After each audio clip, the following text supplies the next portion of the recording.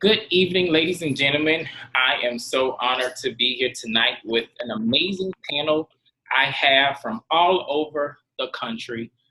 We are here tonight for the second Empowerment Conference, Breaking the Cycle Empowerment Conference. And also tonight's topic is a big topic that we've all been talking about, racism in America. So I'm so excited to have my amazing panel with me today. Good evening, guys. How y'all doing?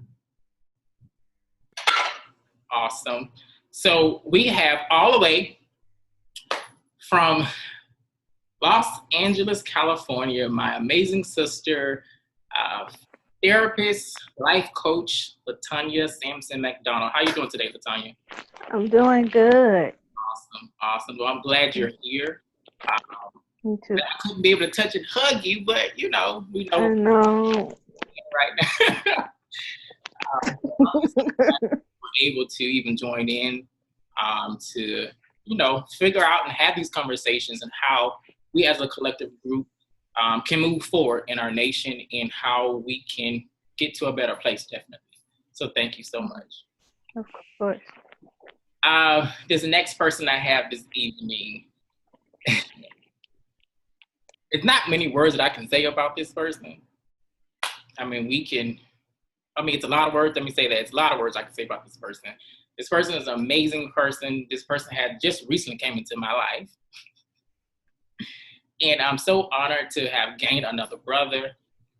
So tonight we have all the way from Cleveland, Ohio, but of course he's in Atlanta right now, visiting. My amazing brother, friend, Mr. Dontez Love. He's a motivational speaker, educator, philanthropist, and a bomb hairstylist. So, Dontez, thank you for joining in tonight and just being able to spread wisdom to the world and how we can move forward. So, thank you for joining me this evening. Thank you for having me, friend. Thank you. And last but not least, the man, this man right here, he doesn't know that he touches my life in every given moment. I tell you, the strength that this man gives. When it's some days, I'll be like, you know what? I don't know how I'm going to make it. But he always knows and what to say to the people that you be like, you know what? I'm good. So all the way, definitely from our nation's capital, I'm so honored to have motivational speaker, artistic director, Mr. Antwain Donte, for joining us this evening. So thank you so much for joining us. Absolutely, sir. Thank you for having me. I'm so excited to get this conversation going. Definitely. So we're going to go ahead and just jump right into this thing. So we all know right now in America, or across the country, across the globe, actually, we've been dealing with this pandemic since we were talking about pandemics, or we're in a pandemic still, for years. This pandemic of racism, this is something that we have been dealing with as African Americans for years. And this is just one pandemic that we just can't seem to find a vaccination for. So tonight, I want to definitely start having that conversation and figure out how can we find that vaccination? How can we overcome? How can we come together and not see color? To see everybody for who they are. It came to me when I first heard about George Floyd, the death of George Floyd, and the videos will start circulating, of course, social media. And no lie, I began to cry. The first thing I could think of is the fact that, first off, I have nephews, I have nieces, I have godsons, I have goddaughters who are Black, and just not even for them, I started to think about myself. I'm a Black man, First off, I'm a Black man that lives in the South still, in Atlanta, Georgia, definitely. So that's all that I could think about. And I remember a few days later, after, people were protesting and rioting and the looting going on. And I remember one day I went into a state of meditation and I just began to start speaking with God. And I just said, God, we need you right now. If it's ever been a time that we need you now. We need that strong God right now. And after speaking with God, God revealed to me and just said, I'm going to show you something. Just watch. A few days later, the news, everything is that's just all on the news, protesting. And one day, I think it was probably a few states, a few cities that were protesting. So I'm like, okay, well, God, I'm not catching on what you're trying to tell me right now. It ain't making sense to me. Please talk to me. Give me some answers. And days going on, and every day you're hearing that 10 states are protesting across the country. 20 states are protesting across the country. I'm like, okay, still ain't getting it, God. Still ain't making sense to me, but, I know your ways are not our ways. So I'm going to just sit back and just let you, reveal yourself. Because right now, God, we need you to reveal yourself to us. And before you know it, days later, there is on the news, 50 states across the country is protesting. So I'm speaking to God, and I'm like, okay, God, okay. I see, we're protesting. Yeah. And it wasn't until the one day I turned on the news, and it said 50 states across the country is protesting, plus 18 countries. And God revealed to me at that moment, I was unifying y'all. That's what I've been doing this whole time. You've been praying a long time. Y'all been waiting a long time. You probably thought I wasn't answering any prayers. But this is the moment I'm showing you right now. I'm unifying the world right now. I'm healing the world right now. And you don't even realize it. I said, well, God, it's you are you. You always come when we want you, when we need you, when we least expect it. And a lot of times, definitely, I think we as people, we don't realize things. We take things for face value, and we'll say, oh, well, yeah, unfortunately, a person lost their life doing all this, And I was actually talking to a friend. I said, I hate to say it this way, unfortunately, we all have a purpose, and he could have been that sacrificial lamb to bring this world together. We don't know. We don't know. So tonight, like I said, I definitely want to, all of us as a collective group, to kind of start educating and talking about different things and how and where do we go from here? How do we get there? It's still different layers to this thing on how we can get there. We can protest to return blue, but it's still other pieces that we have to get through to get the change, to get policies moving and get the policies changing and laws change. So Latonya, I'm going to go ahead and turn this thing over to you, with your experience, like I say, you being a therapist, life coach, what do you see and how do we go from here? Okay, well, I believe that one of the biggest components that those who came before us probably didn't have the knowledge to articulate to add it into the fight was the psychological damage that consistent racism has done to the Black community. I say all the time, I teach my clients that you are not just carrying your pain, you're carrying the pain from before you. So Black people are carrying this trauma, this consistent trauma from slavery, being stripped away from our native tongue, our religions, and our way of life. We're carrying that pain. And honestly, yes, if our ancestors took the time, if the slaves took the time to acknowledge their mental health, maybe things would be different. But honestly, for real, they didn't have the time. They just didn't. Like, your child is being stripped away from you, never to be seen again without your consent, right? You have fathers that had to watch their daughters be raped by a master, and there was nothing that they could do about it. Okay, where does it all go? It's still in it. It's still in us, and we're still suffering from that part that hasn't been addressed. And I want Black people to start to give themselves permission to address that mental trauma, because that is what we're carrying. And our trauma, our depression, it doesn't look like everybody else's depression. I honestly, personally believe that every Black person has depression. Any Black person that is aware of this whole, like, the talk, right? They tell you, your parents, all of our parents have sat us down and told us, okay, we got to work 10 times as harder as white people, right, to get half as much. Yeah. But did our parents have the knowledge to take a beat and let us process what that meant? Nope. Okay, so go to school, get good grades, get a job, boom. Just move on, because that's what their parents did, and their parents did, and their parents did, and their parents did for survival.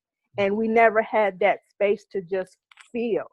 There is no book for me, even in being in psychology, there is no book on how I'm supposed to teach Black people to cope with something they'll never be able to change. You cannot change the color of your skin, right? So how that somebody is aware, how could they not feel that pain and then get to the point where they're tired of it? When you've seen the uprisings, when you've seen the riots, when you've seen the destruction, that's what it is. It's that pain. The pain needs someplace to go. Exactly. And I understand the rioting, right? I understand the protest. I think they should both understand each other, because, okay, when it comes to looting, no amount of that stuff that they're taking will amount for the amount of pain that Black people have endured for over 400 years. Yeah. Okay? America has taught us, even as Black people, as human beings, as Americans, right? They have taught us to value materials more than we do our own bodies. And the psychological aspect of it is there's so much unlearning that we have to do, where we have participated in that erasure of our humanity because of that type of teaching, right? In our own homes. Oh, don't burn down your own home. You burn down your own home when you are unfaithful to your spouse. You burn down your own home when you refuse to talk to your child. You want to hit them instead of talking to them. You burn down your own home when somebody, your family member, comes to you and says that I'm depressed, and you tell them to just pray about it. You'll be all right. Or you put them out on the streets because you don't understand mental illness. You burn down your own home when your child comes to you as I'm trans or I'm gay, but you got to get out my house. That's when you burn down your own home. And that's in all cultures. That's not from us. That's not from our origins. We were taught that. Okay? So the psychological aspect is what we have to get back to unlearning and start loving ourselves. It is your ancestral right, to have healing. And for people who harmed you to repay you for your loss. Wow. That's deep. I mean, I love the fact when you brought up about this is 400 some years of undoing, of getting us to change the way that we think. So it definitely, it's going to take years. And that's why I say the fight never ends. What happens, let's say if laws start changing next year, this still is hundreds of years of undoing that. Our people, we have to learn to cope with at that. So the fight never ends for us, unfortunately. we're always going to be having to fight more. And even like I say, once that change happens, you don't get complacent with it, because we can easily get back into oppression again, and then we're stuck. And that sets you back even further now. Right. So I definitely love that, and that is extremely true. Dontez, what are your thoughts on where do we go from here, and where do you see us being as a society of people in the future? How do we get there? First and foremost, we have to take in the fact that this is not something that just happened yesterday. So we can't expect results tomorrow. You get what I'm saying? I definitely agree with Latonya on the mental health thing, because I was a person that was in that place and going to therapy and finally getting to that place where I love me despite flaws, despite everything, even with everything that happened in my past.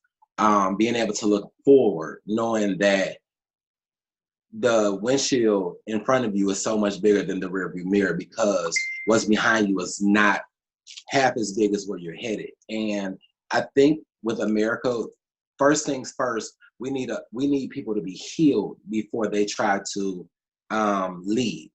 Because what's happening is you have so many people leading hurt, and they're not making a difference, because hurt people hurt people. And when you exude anger, when you exude hurt, what you're doing is you're sowing the seed of hurt, and you're not giving the answers that's needed. So first things first, I feel like we need to heal as a people.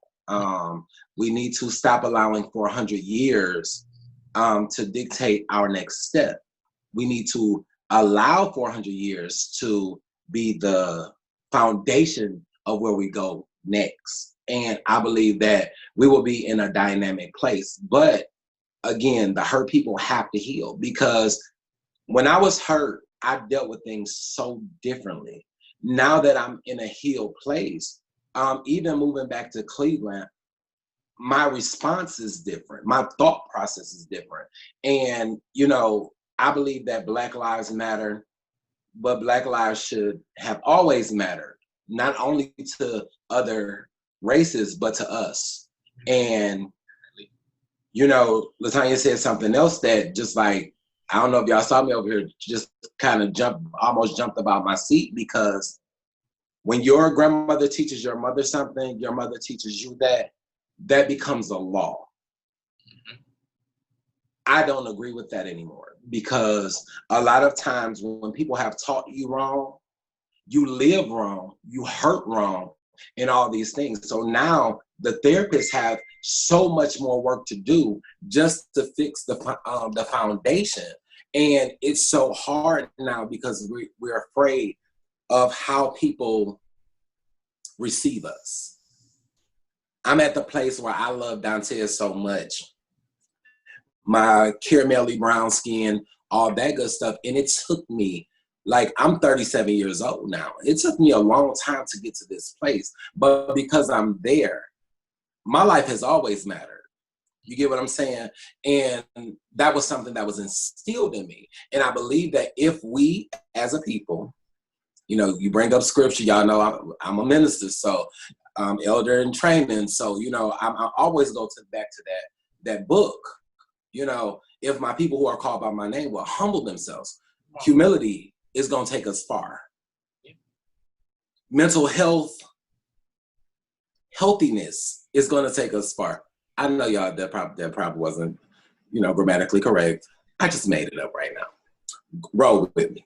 I was on the road. But I believe that, honestly, if we're honest, if we're transparent, we can move forward. Otherwise, we're going to continue to have people protest. Laws are going to change, but hurt people are going to be in leadership, and they're going to lead people back into oppression. And it's going to keep getting worse and worse because there will never be a resolve. Right. No, you're so right. Hurt people, and we preach about that every day. That's the one thing I think about this country where everybody is hurt. Everybody's messed up, And again, like you said, you have people in leadership, and they're in these positions, and they're just still giving out hurt, which is why this nation cannot really go anywhere. That's why we seem like we're just stagnant. We do tend to move a little bit, then we kind of get set back. We 20 more steps, and it's like, okay, well, I felt like we was going somewhere, but now I'm lost again. So definitely, on the spiritual side, we definitely have to, I always think about as a kid growing up, being in American history class, and, they often would teach you the one thing that this nation stands on: in God we trust. And I think we've got so far removed from that. We're so far past that. It's so far past, almost. And it's sad, because we tend to utilize God when we want to, when it's convenient, as a nation, but then we still want to do other scandalous work up under the rug. And okay, well, it didn't matter. But no, you can't tell me in God we trust, because the way I see it, if we preach that God is the head of everything at that point, we can't only just use him when it's convenient, Absolutely. It definitely has to be, hey, if we're going to say in God we trust, we need to trust everything that God is going to be giving. And we have to always remember to put him first, because if we're not putting him first, like they say, a house divided will what? Always fall. But I honestly believe, Rishawn, that's where we kind of went wrong, because even though I feel like the olden church didn't do things perfect, or they didn't do things all the way right, they wanted God to know that he was first so much that they would say, don't wear red lipstick because it'll send you to hell. You know what I'm saying? So things like that I understood. But I just feel like we're getting to the point where the older you get, the more bitter you become. And I was watching, what is it, the show with Whitney on it? The View? I think it's The View, yeah. Yeah, The View. And Spike Lee was on there. And as he was talking, it made me want to change the channel, because it was so much bitterness. Your cause was perfect. Everything that you were fighting for was right. But the way you did it, it will push somebody away. And it's damaging. Definitely. It's damaging. So definitely. Completely agree. So we're going to turn this over to Antwain. Antwain, what do you see? Where do we go? How do we get there? How do you see that happening for us? And just tell us a little bit your thoughts. So I heard my two other panelists say a word, and everything that they said educate. And if we don't educate ourselves, nothing else out there will matter. No loot, no form of looting, no form of rioting, no burning down, no march, because they did that 40, 50 years ago. Mm-hmm. And we are still in this predicament where we don't matter, because we're taking the $1,200 stimulus check, put a smile on our face, and all is well. And that's not the case. Latonya said something about, the whole aspect behind materialistic. We're so trained and we're so groomed. Our mental has become groomed and conditioned that when you really think about it, why am I stealing clothes from the store?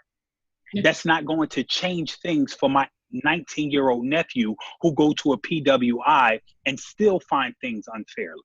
Yeah. That's not going to change for my 17-year-old mentee who, get picked on in school because he's a gay black kid and the only one in his class. So I don't understand that I think when we change the narrative and when we take a right instead of a left and we start educating ourselves, I tell everyone, someone mentioned to me about, well, why haven't I seen you out there protesting? You have so much to say on mental illness and you have so much to say about the BLM movement. And everyone isn't called to be on the front line. Yep. Exactly. There was only one Moses. If you want to take it back to the book, there was only one Moses. There was only one Noah. So when you look at things, everyone has a place. And my job is to educate. Come on. That's my job. My job is to educate on this cause, because us standing outside, no matter how many picket signs you make, and no matter how large in the street you write Black Lives Matter, it won't matter if this is still as ignorant as it was 40 years ago.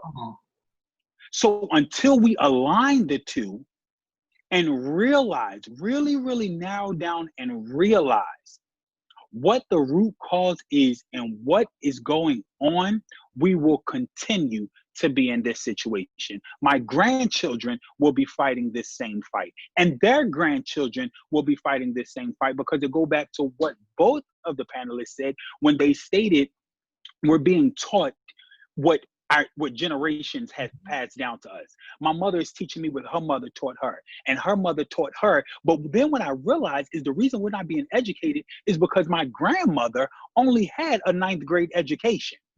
So really, what was she educating my mother? Okay, to have children, to raise your children, to give them love, respect, and education, but yet I can only teach you how to read and write where a comma go, but I have no idea that after or where a comma slice go. So how can I teach you about the history that was about our history and how to go about it in the future? So that's the only way that we're going to move, is by changing the narrative and how we're standing. I'm not saying what we're doing as a people or what we're doing as a nation is wrong by any means. But in order to move the needle, in order to keep the concrete hard, we got to put in the work.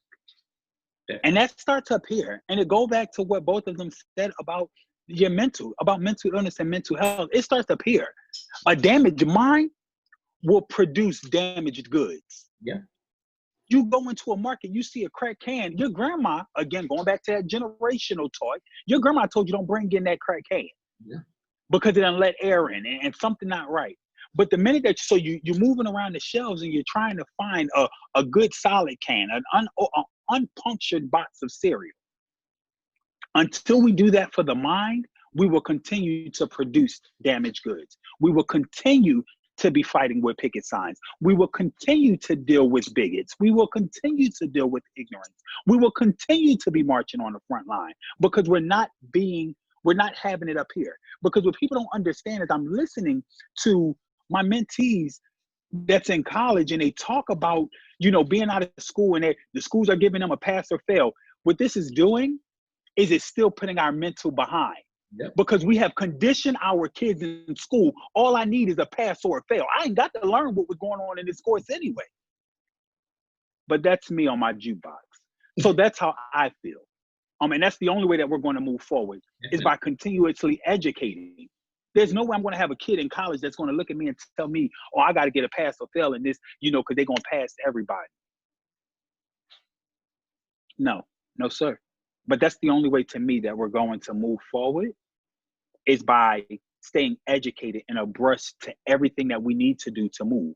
Because we can stand on the picket lines all day, but if we don't know how and who to send into the house to fight on our behalf against the man that's at 1600 Black Lives Movement Parkway or Road or Center, we won't.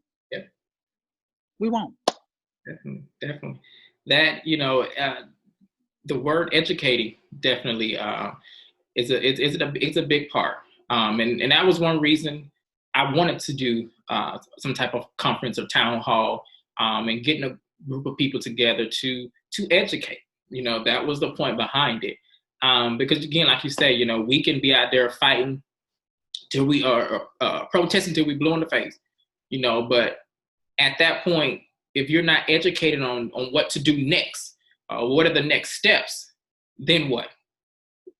We're still in the same situation where, like I said, our children will be doing the same thing. Our grandchildren will be doing the same thing. So this is the time now, I feel that we definitely need to start educating. You know, I definitely feel like it's up to our generation now to start really educating, because like you said, 50 years ago, 70 years ago, our grandparents, our great-grandparents, who's not saying that they were right or wrong, but they didn't have that education. They didn't have that opportunity. So it's up to us that now that have those opportunities, thank God that they fought for us so we can have those opportunities. But now that we do, and we are educating ourselves, the ones that are able to, like you said, because everybody's not meant to be on the front line, you know, but the ones that now that know how to play the game, it's time for us to now start stepping up and start educating those ones that are on the front line that, hey, okay, this is our next step. This is how we're going to get to the next level now. We fought, we've done what we had to do. So now this is how we're going to get to that next level. I think Latonya was first. Go ahead, Latonya. Yes, education. I think education is the tool for change, you know, and understanding our own way we contributed to the erasure of our existence is very important as well. Like certain things that we did before we can no longer do, right? And I'm very nervous, okay, to say certain things because I feel like I have so much information that if I were to speak it and teach every person, every Black person, they may want to take me out. Right. Because I've been able to connect the dots, right, on how we do it. And it's very, it's nervous. It makes me nervous, but I know it wasn't meant to stay in me, right? So I have to let it out because God allowed me to see it for a reason, okay? So when we look back at the sit-ins, right, there was damage done there. When you tell your child, okay, we're going to train you for these sit-ins. If the white people spit in your face, push you down, kick you down, you sit there and you be peaceful, right? There's damage there because what you're doing is teaching your child to endure, right? You teach your child to be peaceful, to sit there and let them do what they need to do. But they come home, the shoes are in the wrong place, and you slapping them across the room. You've just now given these strangers who care nothing about your child's license over their temple, right? I wonder if you guys have seen in the news how certain politicians, certain newscasters are like, yeah, you know, as long as you protest peacefully, right, we're okay. Or Martin Luther King would not be happy with you guys burning things down and, you know, talking to police like that, right? Because it's safe for them, right? It's palatable. And unfortunately, like I said, our ancestors didn't have the knowledge of how deep it was from the beginning when the master would hand you, right, the whip and tell you to beat your child in front of me. I'll teach you how to do it here, right? And we're going to use God to say that this is what we're supposed to do, right? You see what I'm saying? And people just, oh, we just so happy to be here. We don't have to be treated like humans. We just, oh, you know, my master was so nice. We still doing the same thing, right? When you decide to continue to silence the pain, when you silence your pain, you're going to silence your child's pain, right? How many of us can remember that our parents felt like they had to be hard on us. I gotta be hard on you because when you get out there, it's going to be harder. You just enlisted your child in 2 wars, in the house and outside the house, right? They gotta fight for their existence out there, and they gotta come home and fight you because the world has taught you, all right, I gotta silence my child, I gotta beat my child, I gotta punish my child, right? So they can endure more punishment. It's endurance, right? It's not sustaining, right? It's not encouraging, it's not empowering to continue to have these lies be taught to us. They didn't get it back then. That was the part that they were missing. You're continuing the slave mentality, right? That's why we got Black people that join gangs, right? Get jumped in. That's why we got Black people that join fraternities and sororities, and you know what goes on there. We all know we ain't stupid, right? That's why we got people joining certain organizations that tell you, I'm going to strip everything from you for you to just get a little piece of what I have, right? It's all a slave mentality and a tool of oppression and white supremacy. Okay, so we have to unlearn and see how we contributed that, right? Even down to the way that we look. Okay, Jay-Z, from the beginning of his career, he was called ugly, right? Let's take a look at Jay-Z. What makes him ugly? His African features. You see what I'm saying? Like it's so easy. We could easily like just jump into it, but it's so deep and psychological and embedded. We have to start asking each other these questions to educate ourselves, right? Because if the only thing that makes Jay-Z ugly is his big nose and his big lips, right? They've taught you how to hate yourself, and we're still doing it. Definitely. Mm-hmm. I know Dontez had his hand up. Dontez, I know you want to piggyback off of something. And you better best believe it. You know, I had to actually sit here and take notes because, like, this is really powerful. You know what I'm saying? Even Antwain was talking about the influences of, like, students being in school. You seeing them just pass and fail or whatever the case may be. One of the issues that I've always had growing up was you can only teach me what you know. So the only thing that comes out of you is what's put inside of you.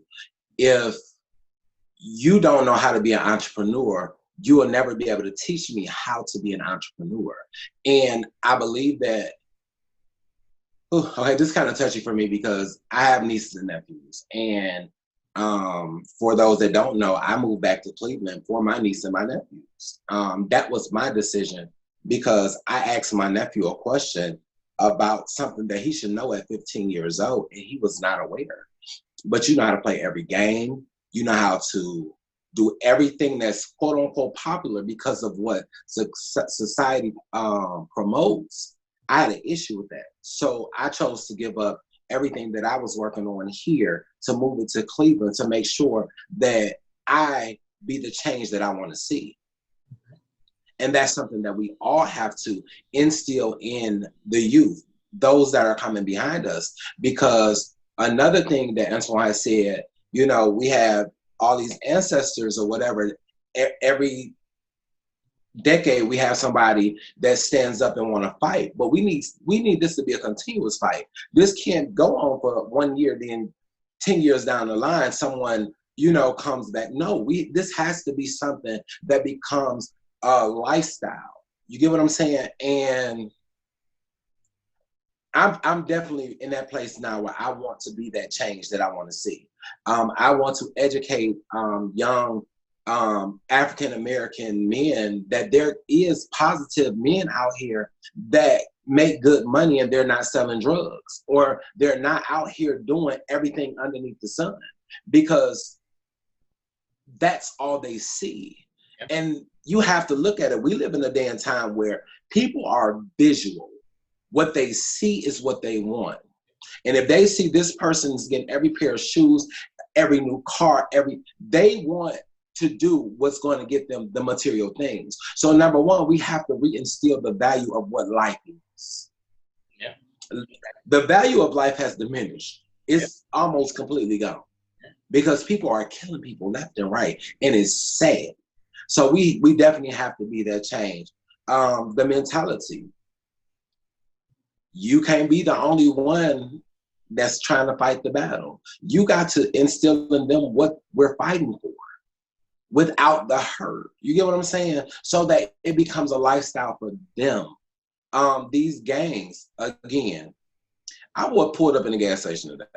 And they're just all standing out there with guns. Like, it was normal.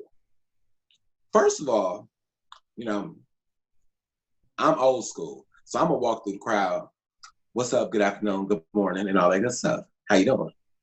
But the fact that you feel comfortable walking around with a gun exposed, because that's where we're headed. That's where we are. We're in that place now where people are so, I'm just going to say it the way it is. People are institutionalized on the outside. We're institutionalized. Everything that they're putting across the TV, they're making sure that we see it first. They're making sure that it appeals and appeals to us. And that's what's good. Everybody has said it on this panel. The mind. It starts in the mind. And how do we change it? Because we have to, again, be that change that we want to see. So listen, I walk up to people and I just have a conversation. Listen, we live in a day and time where this is what you see. Let me show you something different. Because I'm not going to come to you with a problem without a solution. And that's what we have to mentally prepare ourselves for. We have to come with solutions and not just problems. Definitely. Do anybody else have anything they want to piggyback on before I jump in? Or okay. So yeah, the Dontez, you're right, definitely. You and Latonya both are right. We don't, like I said, the mind is a temper thing to waste. That old saying, it really is. And that's why I say it definitely is up to us to start educating each other. We definitely have to get out of that mindset of killing each other, because at the end of the day, life matters no matter what. Rather, if you're a black man and I don't like you, I'm not going to come and take your life, because that life still mattered. We definitely have to learn how to, as a ethnicity of people, to start coming together more. We got to definitely start supporting each other more. We can't talk about it today, and just because of something is going on, well, we ain't gonna want to support the white man. But then, as soon as the white man throwing you a little stimulus check or throw you a few dollars, you back at Lenox Mall buying up everything in the mall.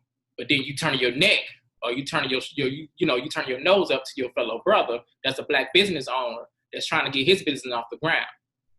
But you ready to go give the white man their money, though. So we definitely have to start educating each other, man, and start supporting each other more. You can't expect them to respect you if we can't respect each other. And that's just simple. They already know, but they're going to tear each other down. So if they don't respect each other, why should we?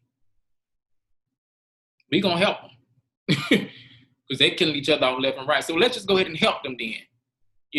So we definitely have to educate each other. We definitely have to start these conversations. Because definitely, like I say, it's up to our generation. I cannot stress that enough. Because when my kids come along or my grandkids come along, I want them to be well-versed and well-educated enough to continue the fight. I don't want my hard work going vain, trying to educate them and put them on game, if that's the case. So we definitely have to continue always fighting. And that's why I say, it's hundreds of years of layers of this thing that we have to undo. And unfortunately, I don't think it probably will happen in my lifetime. Probably by the time my kids come along or grandkids. But again, it's up to me now to start educating them, setting them up. You know, so but when certain things do come their way, they know already how to play the game. I'm not going to have that. You know, this is how it needs to go. You know, and demanding those changes and staying firm on those. So I want to kind of touch on something that I've been hearing a lot of people for years would often say, especially in our community, the Black community, that my vote doesn't count. I think that's something that we definitely need to start educating each other on and getting out of that mindset. You know, I think most of the time when us as Black people, when we hear, oh, it's election time, it's time to go vote, the first thing and the only thing that we think about is the president. We vote more than for the president, if people don't know that. Everybody that's sitting up there in the Senate, in the House, Congress, we vote on those too. You know, but most of us don't know. Those elections goes every 2 years.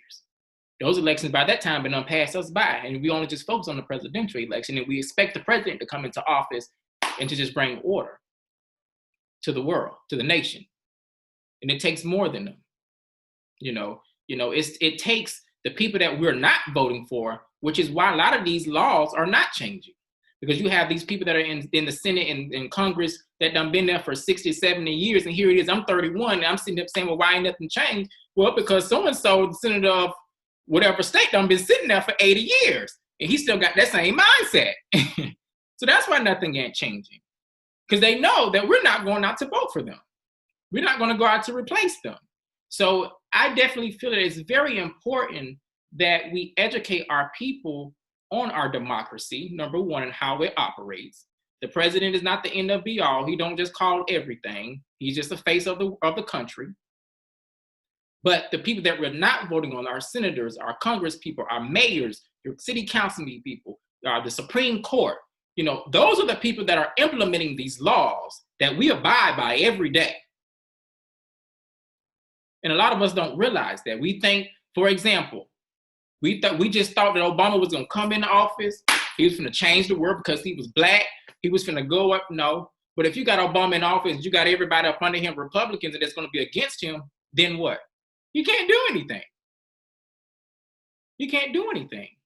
But if we were out actually voting and trying to change those seats so they can get behind him, he would have been able to do more. So, and it bothers me when I hear people say, oh, well, Obama didn't do nothing for Black people, though. But did you get out and vote during every election, though, so that way that the people up under him that can help support and push his initiative? You didn't do that. You just wanted to go out because he was Black and put him in office, the highest seat in the land. That was it. That was your whole focus. But you forgot about everything else up under him. So what are your thoughts on voting and educating our people on voting and just educating them on our democracy and how things work? Because my thing is this, Trump can get another 4 years, but if we got the right people up under him that's creating these laws, Trump can just continue being a clown that he is and keep running this White House like a circus, as far as I'm concerned, for another 4 years. You want to be a reality TV star? He can just continue being on TV. But if we got the right people up under him in the Senate and Congress that can be saying, no, this is what we need to change. Trump, you can go ahead and just continue, just let the camera be on him every day if that's the case. Because you could just be in front of the camera, you know. So what are y'all thoughts, Antwain, I'm sorry. What are your thoughts on that? So I'm glad that you asked me because I had wrote it down. But you made a comment, and, you know, I'm a non-confrontational person, I like to believe, but you made a comment on, you know, and not saying that the comment was yours, but I did have one of my mentees said when I was on a panel at Howard, and she said, yeah, well, Trump didn't do enough for Black people, or Trump didn't do this. And it clicked to me right there. And I'll make the disclaimer that I've never been pro-Black. Rob. Can you hear me? You meant Barack Obama, or you said Trump didn't do? I'm sorry, Barack. Okay. Barack. So I'm sorry. So she's like, oh, Barack didn't do anything for the Black people. And I'll let you know really quickly that I'm pro-Black. You know, I'm not pro-Black. I'm not, you know, right. That's never been me. But I think you go back to the education part of it, where we got to stop expecting because he's black to be for the black people. We are a human race. Thank you. And it doesn't take away from me being black and loving my melanin and loving my wide nose and full lips. It takes nothing away from there. But now when your white child go into the classroom and say Trump is, to your black child and say Trump is doing a great job because he's doing everything for the white people, it begins to be okay. Mm-hmm. So that's how I look at things. So that's the way that I explained it to them. When you, so, you know, it just dawned on me because I heard you say, just hearing people say that, when you talk about our democracy and making sure that we get out there and vote on a local level, and people saying my vote don't count, it goes back to them not being educated enough. And we're ignorant in public elections. We're ignorant in the process. And for those of you that don't know, they use the word wrong. Webster describes ignorant as to not know or to understand. Okay. So we're ignorant in the process and the guidelines of how voting is supposed to take place. And because we see one Florida election get rigged or go wrong, you know, we all just now assume that, oh, my vote don't count because those Florida votes didn't count. Yeah. We're not educated. We're not thinking about this. We're not even set up accordingly. Yep. You know, we don't even think to, when someone does vote for the president, are you even doing your research on the vice president? Because you do know that that man or woman is the second in charge. Exactly. So do you even know who's fourth in line to be president of the United States? Do you even know that they have something called a designated survivor that sits in an off location when the president is doing his speeches or his State of the Unions? Yeah. So if all of those people, with something were to happen, do you even know who is fourth in line to run the to govern the free world? So we're not looking at those things, and we're not looking at those local elections. We're not looking at our mayors and our senates and our Congress. We're not looking at our councilmen and women. We're not looking at those because we don't know. Yeah. We have no idea what they do. Yeah. Exactly. We don't even know that local laws are passed on a local level. Mm-hmm. Exactly.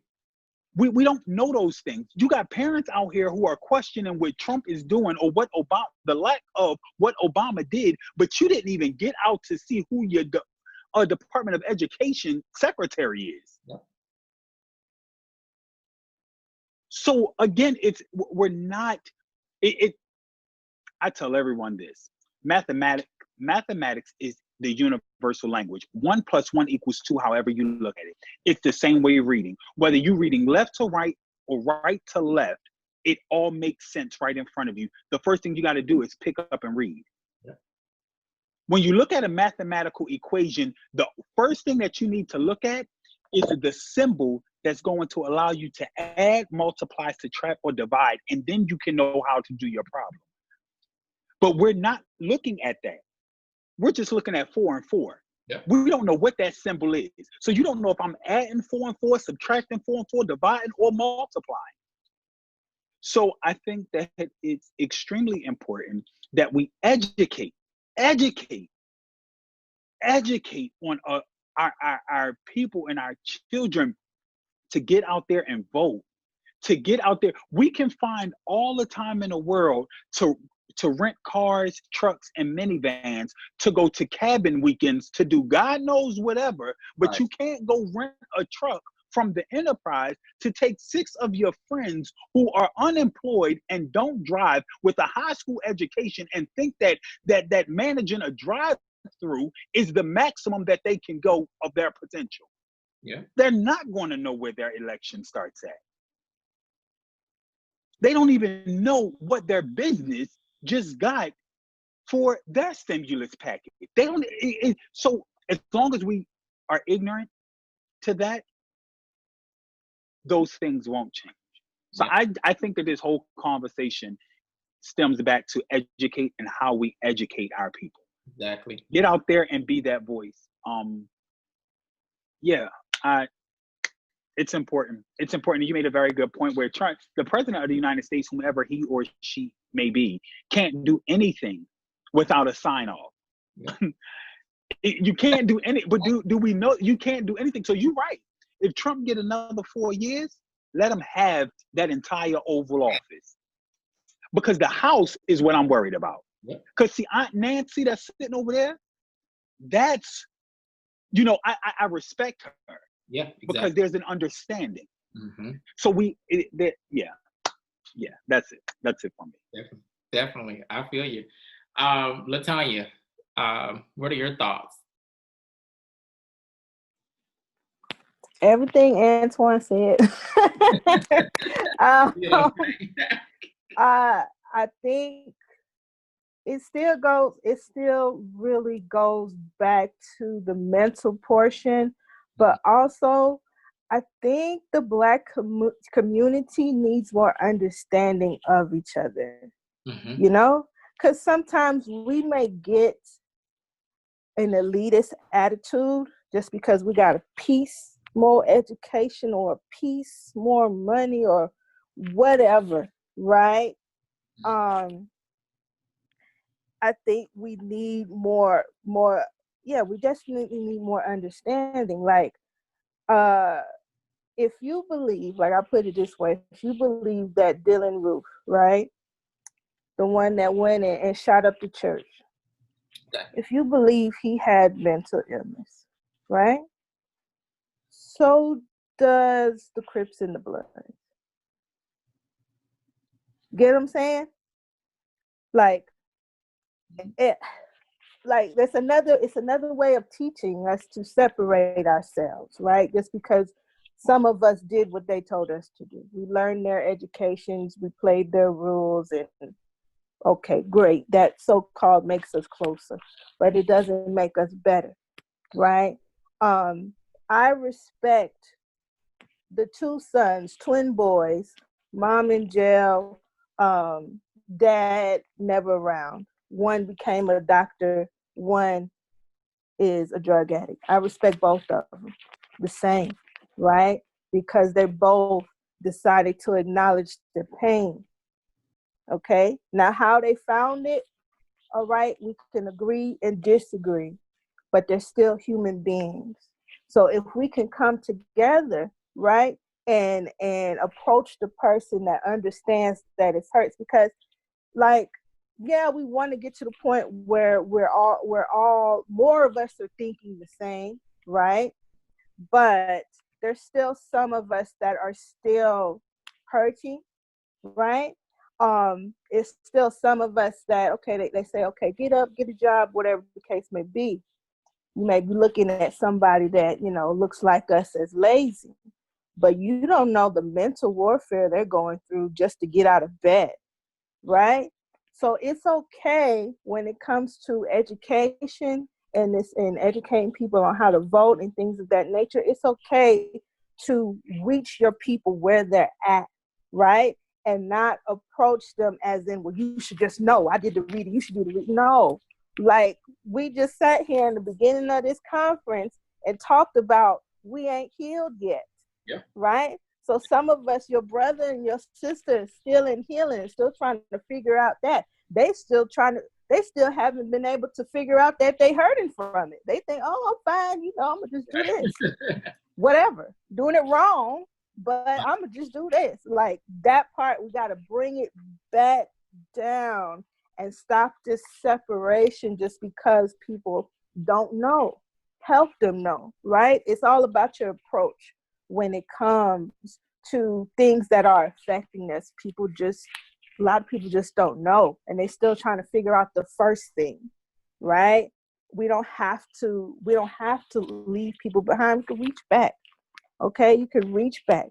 I know the blood, okay, looking for family. That's why he went to the game, right? Because he didn't have no family.